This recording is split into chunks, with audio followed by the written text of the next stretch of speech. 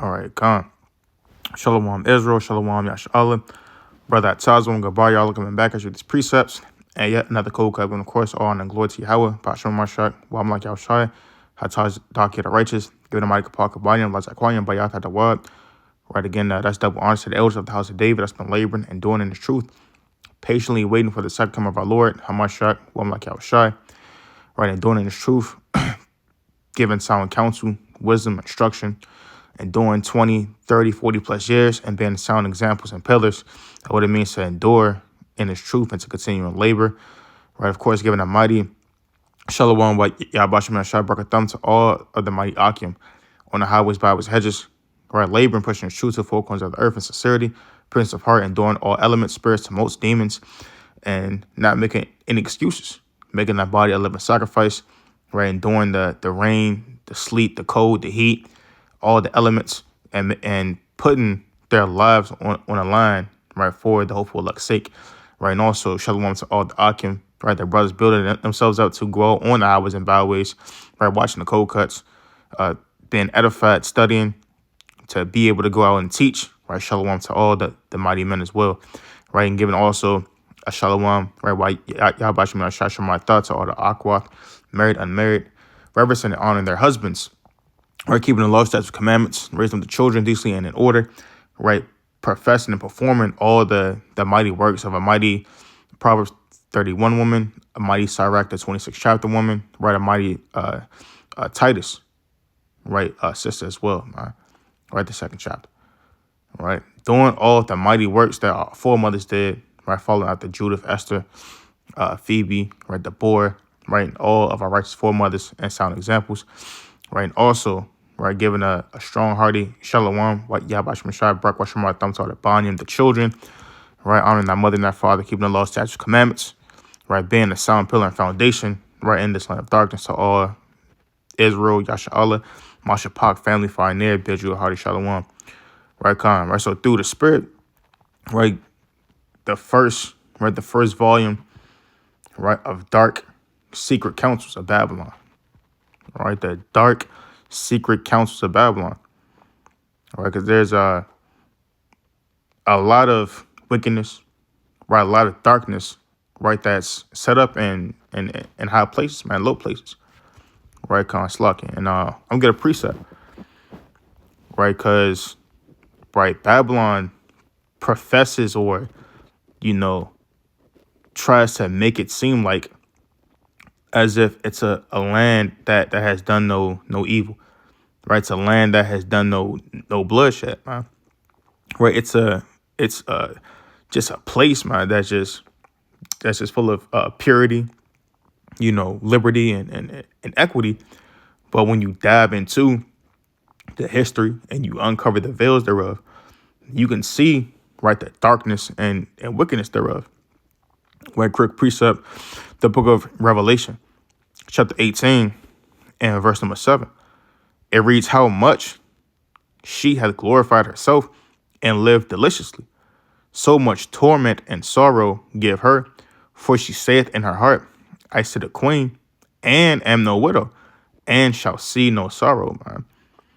Right, and that's the mindset of these Babylonians, right? They glorify themselves, right, in the sense of their armies, right, their armed forces, right, their militant strength and might, right, their so-called commerce and trade that they do, the policies that they inform and enforce, right, through force and through violence and through robbery and lies and wickedness, right, and also live deliciously as well, right, living off of rape, robbery, murder, right, living off of corrupting governments, sending spies, infiltration, right, the stealing and removing of landmarks and taking gold and oil, right, drugs, man, right, which is what? Which is these people's gods, right? The Lord says, so much torment and sorrow give her, for she saith in her heart, I sit a queen and am no widow, and shall see no sorrow, right? Because, right, this place believes that no sorrow, right, or no harm, right, shall come to them, right, and sitteth as what? As a queen, right, sitteth as they're the so-called top nation, man, that all men, right, must flow into, right? And if you need anything, man, that you have to go through them, because their power and what they have so-called set up, right, is the end all be all, as some would say, right? I said a queen and am no widow, right? Meaning what, right? That they need no help, right? They put and mark themselves as one that doesn't need any support, right? Why? Because they have the spirit that they can rule over all the nations, right? It reads, I said a queen and am no widow and shall see no sorrow, right? Let's go to that in the book of Proverbs, right? The book of Proverbs, chapter 30 and verse number 20. It reads, such is the way of an adulterous woman. She eateth and wipeth her mouth and saith, I have done no wickedness, man. Right? Hey, this land moves and operates, man, as an adulterous woman, man. Okay. Hey, just come in and just pillage, all right, slaughter, okay, give illnesses and ailments, man, coming to you in ways of craftiness, right, and lies and deceit, right, that can oppress and kill a people and rob a people for 500 plus years, man, right, and so-called wipe at their mouth in a sense of, well, it was such a long time ago, man, right, well, that wasn't, my ancestors, man, right, or, what does that have to do with now, right? Hey, how can you, on a physical level, go in, right? You ransack someone's fridge, right? You take all the food, man, right? You divvy up the spoils, right? You eat it all, man, and then wipe your mouth, man, as if you did no wrong, man. Hey, Babylon, through their corruption, right, has committed innumerable atrocities, man, right? And they wipe their hands as if, man, they have done no wrong. And there should be no recompense, for their evilness, man. And there should be no judgment that shall come upon them, right? And the whence in their heart, man, that they have that spirit that they have done no wickedness and no harm or no evil shall come upon them, right? But the Lord said in what? In verse number 8, it reads, therefore shall her plagues come in one day, death and mourning and famine, and she shall be utterly burned with fire. For the Lord, for strong is the Lord God who judgeth her. And the kings of the earth who have committed fornication and lived deliciously with her shall bewail her and shall lament for her when they shall see the smoke of her burning, man. And as their wickedness, man, is coming up and being revealed in these last days, man, and we already are seeing, right, the small sparks, the small embers, right, in the kindling that the Lord is bringing upon earth in these last days, man. All right. Now, let's go back to that through the Spirit. All right. Kind of slocky. Let's go to the book of St. Luke through the Spirit. St. Luke, chapter 12, and verse number 49.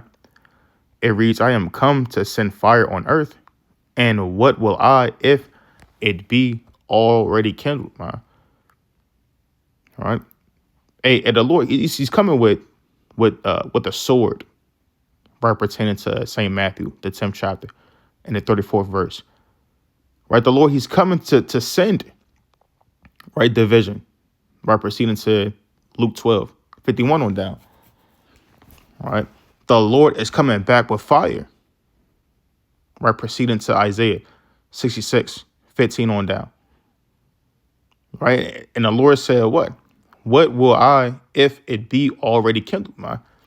Right? Meaning that there's already going to be wars, man. There's already going to be divisions, right? There's already going to be just all anarchy breaking loose upon the earth, man. Right? So let's go back to that, right? Go back to this article, right? And this is called the Crimson Clan, all right? Right? The Crimson Clan, right? When reads when J. Max Bond Jr., 55, entered Harvard at the age of 16. He was among 15 black students in his class, most of whom lived in the north corner of Harvard Yard. As his freshman spring semester began, two other Harvard freshmen erected a wooden cross facing that corner of the yard formed by Schouten and Hallworthy halls, man. And around midnight on February 5th, 1952, the students lit the cross on fire, man. Right? And that's evil, man. Right? That's extremely evil.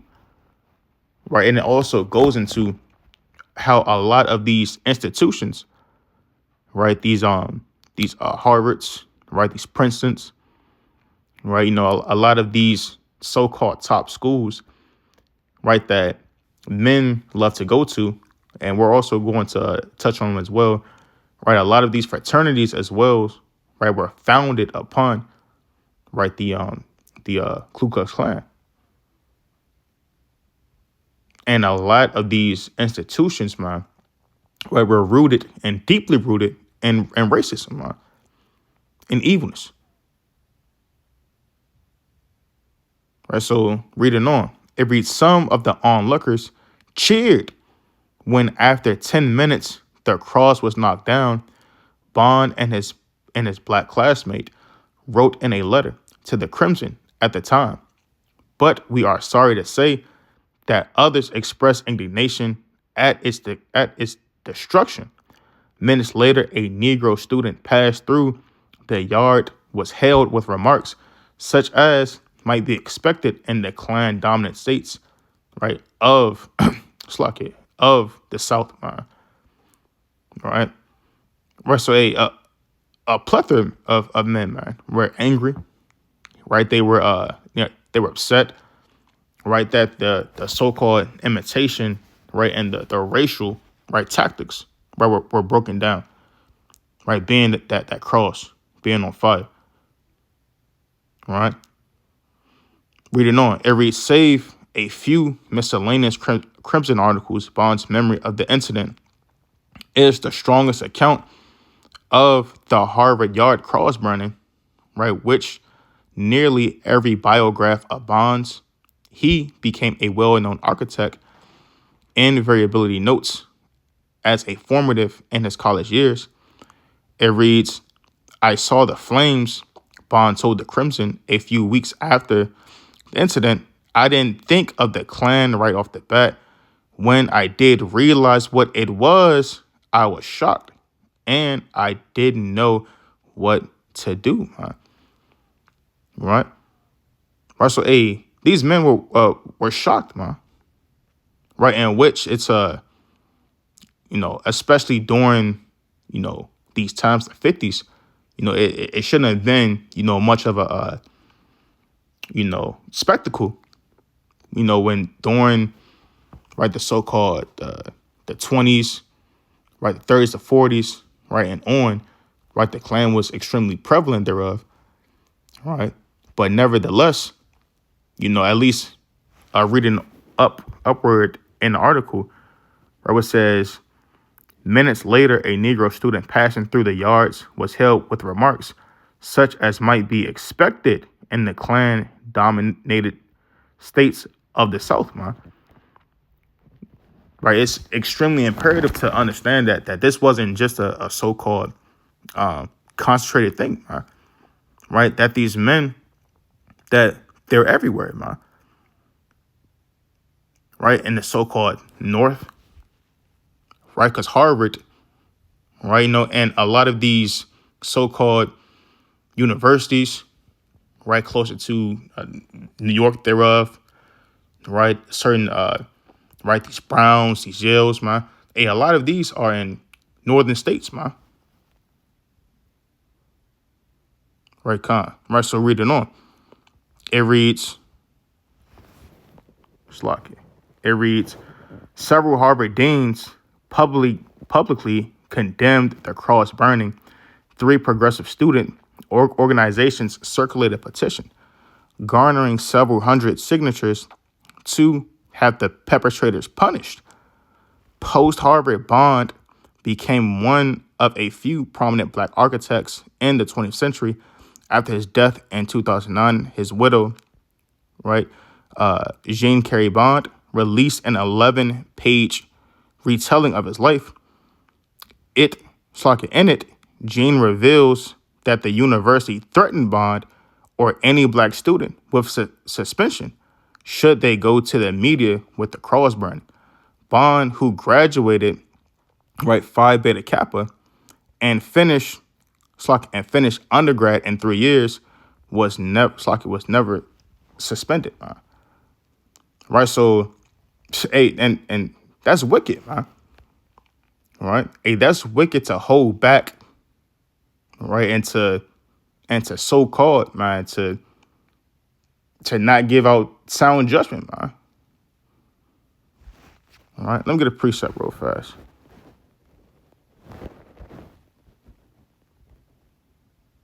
All right, come. Right, the book of Leviticus. Right, chapter 5 and verse number 1.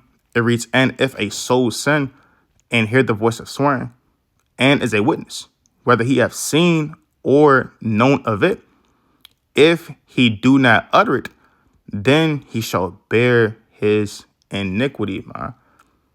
Right, so that's off, man. Right, that's off to hide and to conceal a matter. Right, to conceal judgment. Right, to not speak up, man. Right, to try to sweep, wickedness just underneath the rug, man, as if it never happened. Right, it reads, if he do not utter it, then he shall bear his iniquity, man. All right, and that's also the spirit of Esau, man. Right, he speaketh of lies. Right, he speaketh of oppression, man, and wickedness. Right, and if you don't so-called just damn take getting bullied, just abused, man. Right, then by all means, right, we'll so-called suspend you. Right, we'll blackball you, blackmail you, blacklist you. Right, and do all types and matters of extreme wickedness unto you. Right, come, Robert Slocky. We can get back into it. It reads, all right. It reads, meanwhile, the 2 freshman perpetrators were handed temporary probation by the administrative board. Right, and that's also the spirit, man, of Esau. Right, it's like when these these so-called cops, instead of getting brought to judgment, man, all right, and instead of so-called facing the same penalties, right, that other men would face, right, you get paid leave, right, just a temporary, time off on the desk, right, that's off. It reads, the pair hailed as pranksters by administrations and students alike made a half-hearted apology, saying it was a practical joke. Right, Freshman Union Committee Secretary Joffrey H. Jeff, right, Ball, 1955, told the Crimson at the time the union would have taken action if there was any maliciousness uncovered right? Ball did not respond to a request, right, for comment, man. Right, and that's extremely disingenuous, man. Right? How many you know, blacks, Hispanics, Native Americans have been threatened, been killed, been lynched, been tortured, right behind a so-called, cross burning, man. Right? I don't think anyone setting up a cross burning, right, has ever just been anything, right, just for fun, man. Right? Right, but reading on, it reads, we do not feel that this demonstration can be dismissed as a prank. Bond wrote to the Crimson 2 days after Ball's comments. A burning cross carries with it so many unpleasant associations that it cannot be simply laughed off, man. All right. Let's go to the book of Wisdom of Solomon, man. Right, because in all sense, in all matters, man, there's nothing pleasant, right? Of damn babies being burned, man. Right, men coming, in your house in the middle of the night, right, with the damn cross in your front lawn on fire.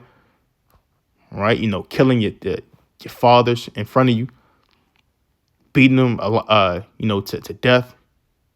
Right, taking your women, your children. Right, committing all types of kidnapping and crafty planning to overthrow you. Right, tortures, man. Right, there's nothing in the sense, right, associated with comedy, man. Right, but this is the book of Wisdom of Solomon, chapter 1, and verse number 8. It was therefore he that speaketh unrighteous things cannot be hid, neither shall vengeance, when it punisheth, pass by him. Man. And that's the judgment of the Lord that he's bringing in these last days. Right now, again, the Lord said, he that speaketh unrighteous things cannot be hid. Right, and we're seeing all of the unrighteous things, right, coming out and being made manifest, man. Right, rather, no matter what or how Esau tries to hide it, right, these Epstein files and documents keep coming out.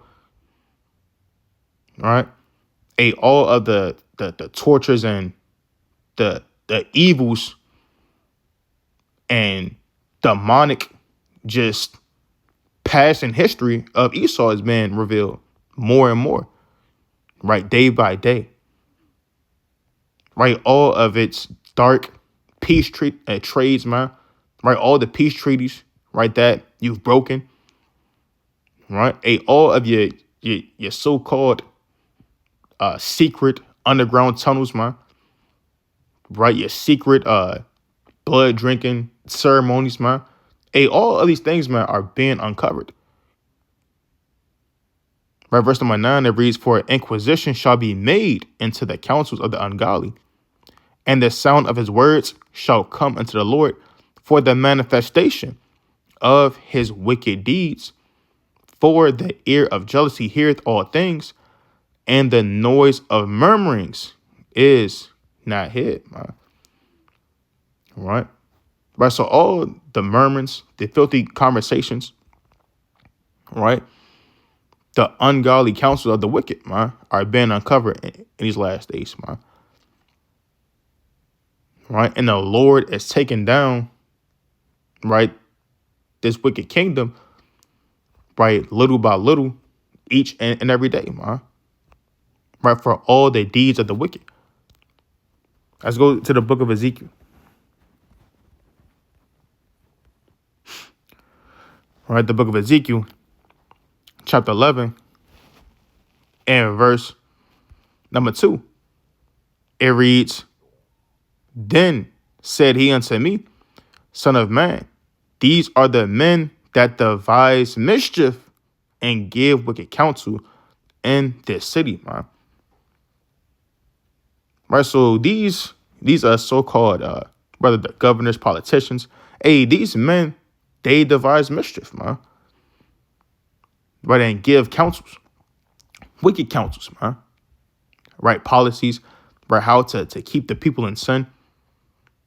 Right, through putting pork, right, through putting uncleanness into all the foods, man.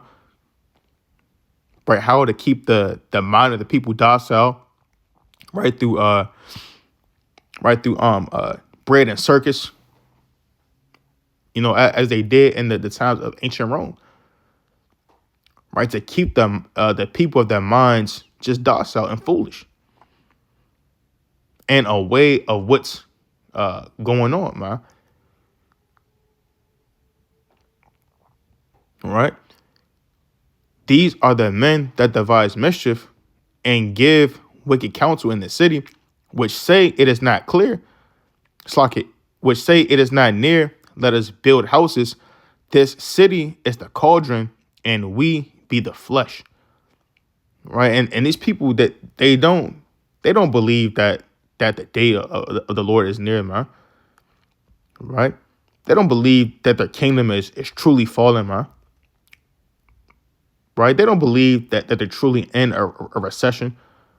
Right, truly believe that, right, that their economy is slipping and falling, man. Right, these people believe that, right, that this land can be great again, man. But the Lord is utterly throwing it down. Let's go to the book of Psalm.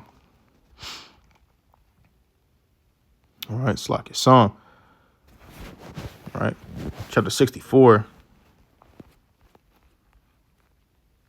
and verse. All right, and verse.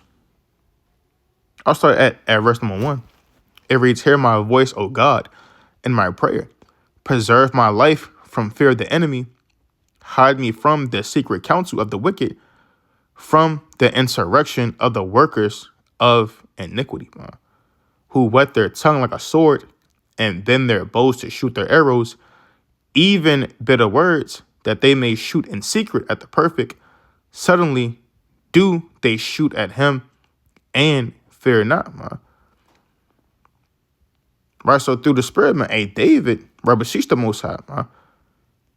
Right, to what? To hide me from the secret counsel of the wicked, right, and from the insurrection of the workers of iniquity, right, who whet their tongue, right, like a sword, right, who has nothing but just subtlety within their speech and words, right, and policies and so-called right, the good old boys, man, right, through the so-called secret handshakes, right, you know, through the so-called secret connections that they may have, right, to slay you, to cut you down, man. All right, one more precept, the book of Job.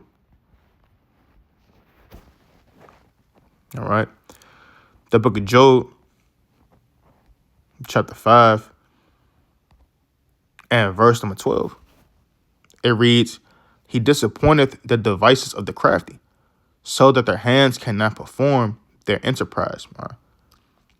Right, you know, and as the Lord said, man, right in the book of Acts, right, that if it be of the Most High, that ye cannot overthrow it, man. And in the hands of the wicked, it's all matters of craftiness, right? All matters of just blood and filth, right? And perform all things in wickedness on the left-hand side, right? And has hands and has a mind to slay and to kill and to overthrow. But the Most High is what? Is high, is strong, man. And it's able to disappoint the wicked and overturn his devices, right? Therefore, right, none of the harm, right, can come upon, right, his hopeful elect, right, the apple of his eye, Israel. Right, verse number 13, it reads, "He taketh the wise in their own craftiness, and the counsel of the froward is carried headlong," right? right? The wicked counsels, man, right? The Most High, and he's able to throw them down headlong, man. Right? Meaning what? To utterly destroy them. Right? To utterly expose, right? And shine light, right? That bright beam upon that dark place. Right? Verse number 14, it reads, they meet with darkness in the daytime and grope in noonday as in the night, man. Right? Right. When it reads they meet with darkness in the daytime, that's not talking about giving a solar eclipse, man. Right? No, they commune, right, with wickedness, right, in the middle of the day. Right? These secret meetings, right, whether it's the White House, right, rather it's, a top quote unquote secret convention, right, with these, with these heads of office, man, right? They're not just having just tea and biscuits, man. Right? Just playing damn Nintendo all day. Right? These men, they commune, right, with secret divisions, said policies, man. Right? They commune to commit crimes, man. Right? To plan so-called tortures thereof, man. Right? To plan so-called burnings, right, of crosses and buildings thereof, man. Just like these men in times of past. Right, so let's go back to that, man. All right, let's go back to a little more of this article. Right. Right, so right again, it reads, we do not feel that this demonstration can be dismissed as a prank. Bond wrote to the Crimson 2 days after Ball's comments. A burning cross carries with it so many unpleasant associations that it cannot be simply laughed off. Despite Bond's appeal to take this history seriously, it is unclear the extent to which the university has or will reckon with its troubling ties, right? Its troubling ties to the Ku Klux Klan throughout the 20th century, which do not begin or end with the 1952 cross burning. Right, so understanding, man, that these things, right, that they have an end, right? These ties, man, are very much still going on in present day. Right, it reads last year, University President, right, Lawrence S. Bacow convened the initiative on Harvard and the legacy of slavery, a group tasked with reviewing Harvard's history with slavery and its residues, which seep into Harvard today, man. All right. All right. So, and a lot of these things are going on today as well, man. All right. And you have certain slocky, right? You have certain schools, man, right, or news reports, right, where they have a certain men, right, or certain students, they felt intimidated, right, due to so-called nooses being found on their doorposts, right? And even a lot of these so-called fraternities again, right, are founded, right, through the Klan's so-called, man. All right. And again, right, there's more to touch on, right, this article, Lord willing, if for those who may have the time, we're not going to fully go through it, man. Right. But for those, who may want to, again, can go into, right, the Crimson, right, the Crimson Clan, right, or the crimson.com, right, and actually go into, right? This news article, right, and newspaper thereof, right? Come, but there's one more part to like I believe I want to touch on. All right, so like yeah, bear with me. Right, con, right, right. So con. So this is the white shadows in the yard. It reads, in his family, Kent A. Garrett Jr., right, 1963, is one generation removed from sharecroppers, having grown up in Brooklyn, New York.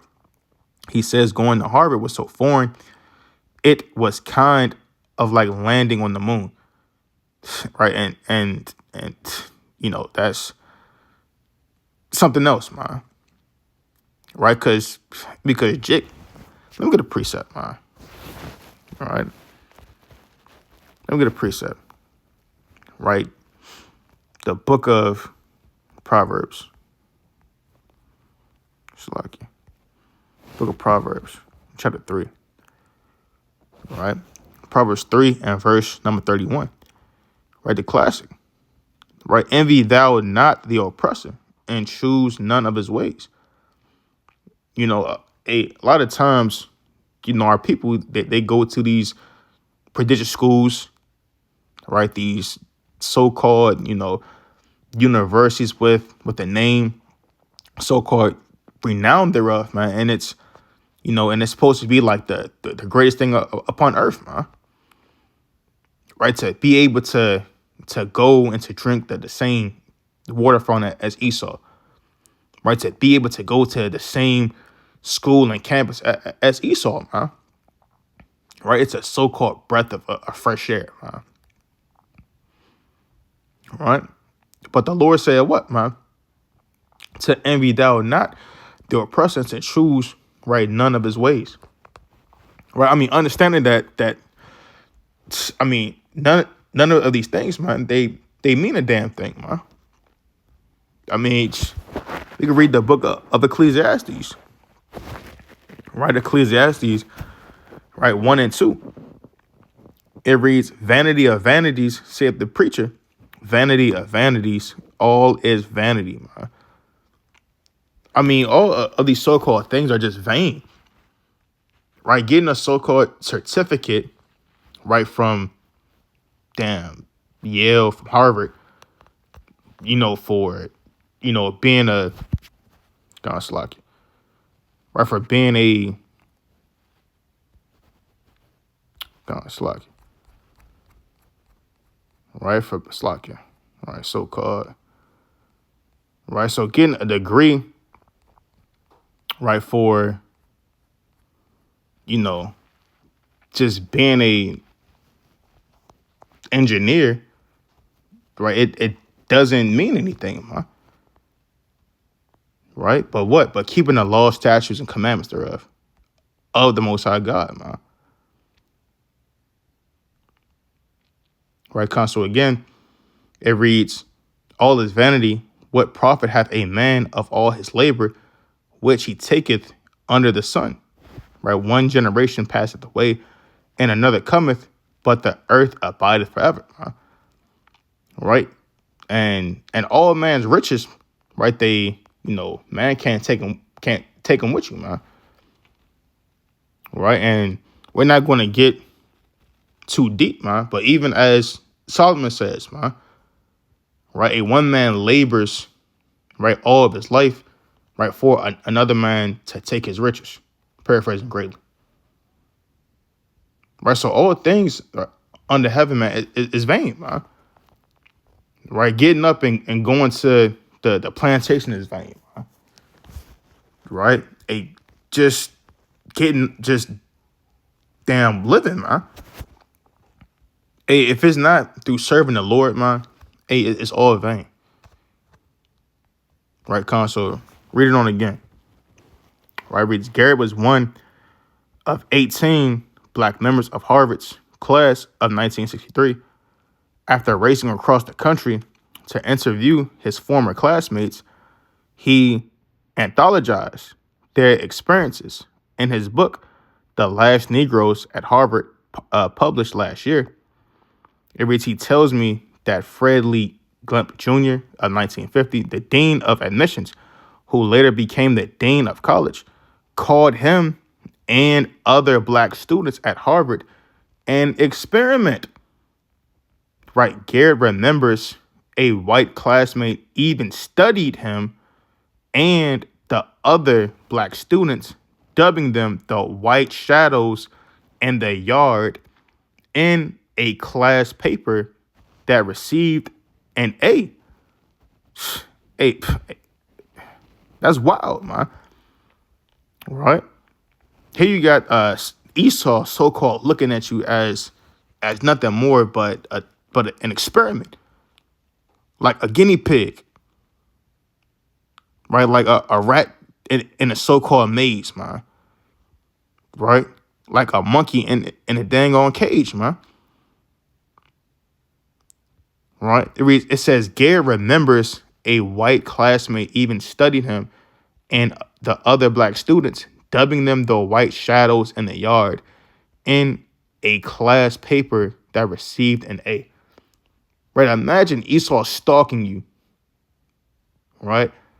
Treating you as a project, right? As a beast, and receiving a so-called A plus. That's wicked. It reads, racial hatred as glaring as cross burning, Garrett says, was rare, but constant indignities and less aggressive forms of racism were regular. All right. Right. So, hey, that's wicked, man. All right. And also, I want to touch on some of these universities. But first, I want to get a precept. All right. Let's go to the book of 2 Maccabees. 2 Maccabees, chapter 8. All right. 2 Maccabees and chapter 8 and verse number 16. It reads, so Maccabeus called his men together unto the number of 6,000 and exhorted them not to be stricken with terror of the enemy, nor to fear the great multitude of the heathen who came wrongly against them, but to fight manfully, man, and set before their eyes the injury that they had unjustly done to the holy place and the cruel handling of the city, whereof they made a mockery, and also the taking away of the government of their forefathers, man. All right. And it's also, man, extremely wicked, right? Right, how, right, the mind and thoughts of these heathen towards, man. Right, to do wrongly. Right, to have just unjust dealings, man. Right, and to make what? To make mockery. Right, the cruel handling. Right, the so-called slurs. Right, the so-called, justice. And I'm sure it was more and deeper, right, than, just the words of the article thereof, man. Right, I'm sure it was things going on, man. Right, that, hey, it would have been a whole book, right, to utter thereof. Right, let me get one more. Right, the book of Psalms. Psalm, chapter 73, and verse number 8. It reads, they are corrupt and speak wickedly concerning oppression. Right, they speak lawfully, man. Right, and it's clear, right, it's evident, right, through these men, inwardly, man, and outwardly, right, that they speak wickedly concerning oppression, right, and are full of corruption and wickedness. Rashi Slaki, right? Let's read up. Right, it reads, verse number 6, therefore pride compasseth them about as a chain, and violence covered them as a garment, man. right? Right, through all the murder, right, through all of the lynching, the hangings, man, right, through all of the great violence, right, that these men have done, and even puffed up in their pride and arrogancy, man, right, that these things were nothing more but mere jokes, right, to be taken lightheartedly, man, right, to be so-called, it's a easy thing, right, to call the people of the Lord, a social experiment thereof. Hey, these are the pride men of Esau, man,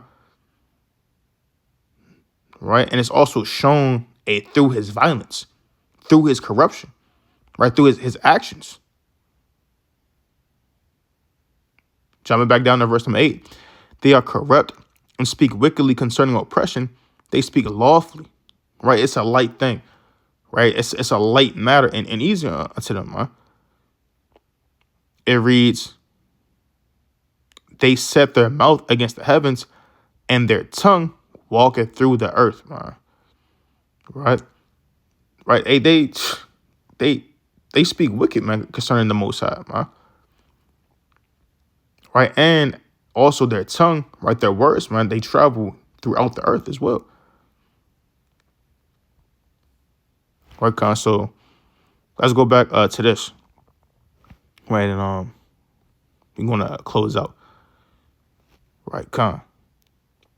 Right, so this is right, colleges, right, that had so-called KKK chapters, right? And it reads, our presence, it's like a precise count of how many colleges have had, right, KKK chapters not available, as historical records are often localized and the Klan's presence on campuses, right, was frequently secretive or loosely affiliated with the national movement. However, historians confirm that KKK groups existed on many campuses across the United States, particularly during the peak of the second Klan in the 1920s, man. Right? Right. So, it's so many of these societies, man, have been confirmed, man, thereof. Right? Right. And just a few, right, key points, right? The widespread presence, right, during the 1920s, right? The KKK was a national mainstream force with an estimated membership as high as 3 to 8 million people. And its influence spread across the country, not just the South, right? The second Klan had more than 2,000 local units, right? Klaverns nationwide. And many of these had a presence or influence at nearby academic institutions, right? Known examples, right? Specific universities identified in historical accounts as having a KKK presence or chapters include, right, the University of Illinois, right, Slacky, right, at Urbana Campaign, right, the University of Wisconsin, Madison, right, Stanford University, University of Virginia, Notre Dame, Princeton, and Hendrix College, man. Right, and of course, right, there's many more as well, man. And again, these aren't your so-called South, man. Right, Wisconsin, right, Stanford. These schools are up north, Princeton, right? Reading on, it reads, in some cases, such as the University of Notre Dame and the University of Dayton, right, which is in Ohio, students actively resisted and confronted KKK activities and parades. Some student groups, such as an honor society at the University of Virginia and social organization at the University of Illinois, used the name Ku Klux Klan, but were initially claimed to be unrelated to the National Racist Organization, though the names themselves reflect a climate of racism and anti-Semitism on campus, man. Right? Right, so it's extremely clear and extremely evident, right, that these so-called men expressed a lot of so-called influence thereof. Right, and lastly, recent KKK members held prominent positions in civil leadership and law enforcement during the 1920s, and some universities have had to deal with the legacy of honoring KKK members with building names, man. Right, so a lot of these fraternities, man, a lot of these so-called even societies, right, a lot of these so-called buildings, man, are still rooted within, right, dark history, man. Comes with that, right, brother, I tell them goodbye, y'all come back to these precepts. Yet another cold cut, given, of course, all honor and glory to Yahweh Bashim, Mashiach, I'm like Shy. This lesson was extremely edifying. Right, until the next time, I want to say, Shalom.